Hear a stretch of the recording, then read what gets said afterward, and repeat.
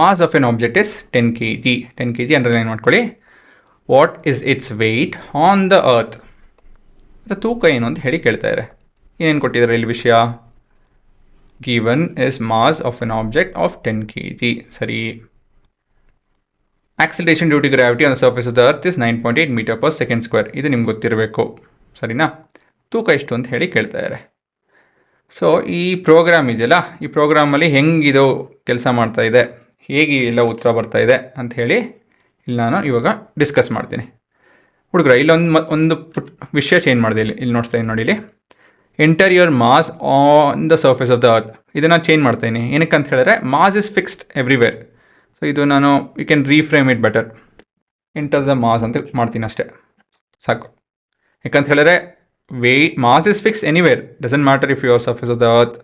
ಸುಮ್ಮನೆ ಹಿಂಗೆ ಹೋಗಿ ಯಾವುದೋ ಒಂದು ತೂಕ ಅಲ್ಲ, ಮಾಸ್ ಲೆಕ್ಕ ಆಗ್ತು ಅಂತ ಹೇಳಿದ್ರೆ ಅದ್ರ ಆ particular objects mass will be constant. ಅದೇನು ಮಾಡೋದಕ್ಕಾಗಲ್ಲ, ಸರಿನಾ? So this is your scenario. Let us execute.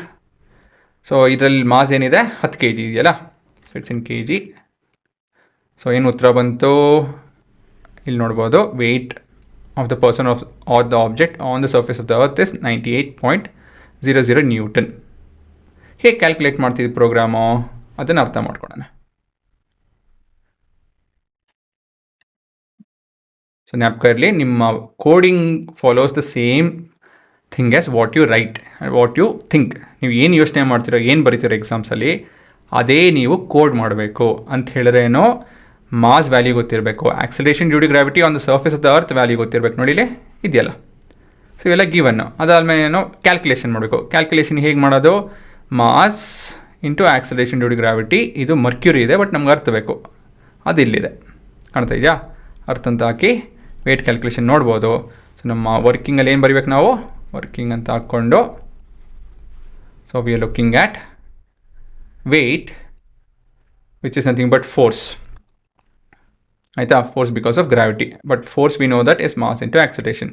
So therefore weight is equal to mass into acceleration due to gravity ಅಲ್ವಾ? ಸೊ ಈ ವ್ಯಾಲ್ಯೂ, ಇದು ಕೂಡ ಆಕ್ಸಿಲರೇಷನ್, ಇದು ಕೂಡ ಆಕ್ಸಿಲರೇಷನ್ನೇ, ಆದರೆ ಇದು ವ್ಯಾಲ್ಯೂ ಫಿಕ್ಸ್ಡ್ ಆಗಿದೆ 9.8 ಆಗಿ. ಸೊ ಹಾಗಾಗಿ ಇದನ್ನು ಒಂಥರ ಅಲ್ಲ, ಒಂದು ಮತ್ತೊಂದು ವೇರಿಯೇಬಲಲ್ಲಿ ರೆಪ್ರೆಸೆಂಟ್ ಮಾಡ್ತಿದ್ದೀವಿ, since it's a fixed value. ಆಯಿತಾ? ಸ್ಮಾಲ್ ಜಿ ಅಲ್ಲಿ ರೆಪ್ರೆಸೆಂಟ್ ಮಾಡ್ತೀವಿ.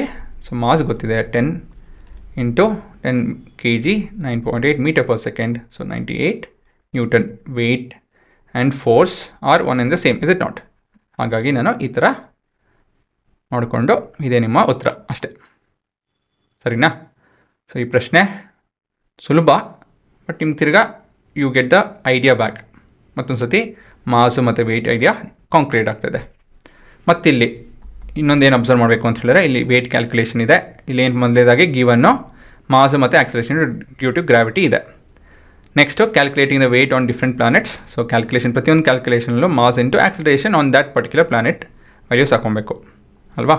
ಸೊ ನಿಮ್ಗೆ ಅರ್ಥ ಮತ್ತು ಮೂನು ಇವೆರಡು ವ್ಯಾಲ್ಯೂ ಗೊತ್ತಿರಬೇಕಷ್ಟೇ. ಮೂನು ಮತ್ತೊಂದು ಪ್ರಶ್ನೆ, ಮತ್ತೊಂದು ಕಾನ್ಸೆಪ್ಟ್ ಸಪ್ರೇಟ್ ಇದೆ, ಅದು ಸಪ್ರೇಟಾಗಿ ಮಾಡ್ತೀನಿ. ಸೊ ಮೆಮೊರೈಸ್ ಮಾಡ್ಕೊಳಕ್ಕೆ ಹೋಗ್ಬಿಡಿ. ಇನ್ನು ಮಿಕ್ಕಿದ ಕಡೆ ನೋಡಿ, ಎಲ್ಲೆಲ್ಲ ಕ್ಯಾಲ್ಕುಲೇಷನ್ ಇದೆ, ಇದು ಪ್ರಿಂಟ್ ಮಾಡಿ ಅಂತ ಹೇಳಿ ಅಷ್ಟೇನೇನಿಲ್ಲ. ಈ ಥರ ಇಲ್ಲಿ ಪ್ರಿಂಟ್ ಆಗಿದೆಯಲ್ಲ ಅಷ್ಟೇ. ಇದೆಲ್ಲ ಗ್ರಾಫಿಕಲ್ ಆಸ್ಪೆಕ್ಟು, ಆಯಿತಾ? ಸೊ ಇದರಲ್ಲೆಲ್ಲ ಏನು ನೋಡ್ತಾ ಇದೀವಿ ನಾವು? There is no calculation for mass ಅಂತ ಹೇಳಿದ್ರೆ ಏನು? There is no changing mass. Mass ಹಂಗಂಗೆ ಚೇಂಜ್ ಆಗೋಲ್ಲ ಅಂತ ಹೇಳಿದ್ರೆ ಮಾಸ್ ಇಸ್ ಫಿಕ್ಸ್ಡ್, ಗೊತ್ತಾಯ್ತಾ? ಹಾಗಾಗಿ ನಾವು ಮಾಸ್ ಕ್ಯಾಲ್ಕುಲೇಷನ್ ಮಾಡ್ತಾಯಿಲ್ಲ ಎಲ್ಲೋ ಇಲ್ಲಿ. ಆದರೆ ವೆಯ್ಟ್ ಕ್ಯಾಲ್ಕುಲೇಷನ್ ಯಾಕೆ ಮಾಡ್ತಾಯಿದ್ದೀವಿ ಅಂತ ಹೇಳಿದ್ರೆ, ಡಿಪೆಂಡಿಂಗ್ ಆನ್ ದ ಪೊಸಿಷನ್, ಎಲ್ಲಿಟ್ಟಿದೆ ಆ ಆಬ್ಜೆಕ್ಟು ಅಂತ ಹೇಳಿ ಅದರ ತೂಕ ಹೆಚ್ಚು ಕಮ್ಮಿ ಆಗುತ್ತೆ. That's why we need to calculate weight. So basically ಏನು ಹೇಳಕ್ಕೆ ನೋಡ್ತಾ ಇದ್ದೀನಿ ಅಂತ ಹೇಳಿದ್ರೆ, ಮಾಸ್ ಇಸ್ ಫಿಕ್ಸ್ಡ್. ಎಲ್ಲೇ ಹೋದ್ರೂ ಒಂದು ಆಬ್ಜೆಕ್ಟ್ ನೀವು ಸುಮ್ಮನೆ ಹಿಂಗೆ ಇಡ್ತು ನೆಲದ ಮೇಲೆ ಅಂತ ಹೇಳಿದ್ರೆ ಆ ಮಾಸ್ ಸೇಮ್ ಇದ್ದೇ ಇರುತ್ತೆ, ಆಯಿತಾ? ಅದು ವ್ಯಾಲ್ಯೂ ಚೇಂಜ್ ಆಗೋಲ್ಲ. ಅದೇ ವೆಯ್ಟ್ ಆಯಿತು ಅಂತ ಹೇಳಿದ್ರೆ ಹೆಚ್ಚು ಕಮ್ಮಿ ಆಗೇ ಆಗುತ್ತೆ, ಡಿಪೆಂಡಿಂಗ್ ಆನ್ ದ ಲೊಕೇಶನ್, ಸರಿನಾ? ಇದೇ ನಿಮ್ಮ ಉತ್ತರ. ಪಾಸ್ ಮಾಡ್ಕೊಂಡು ನೋಡ್ಕೊಳ್ಳಿ.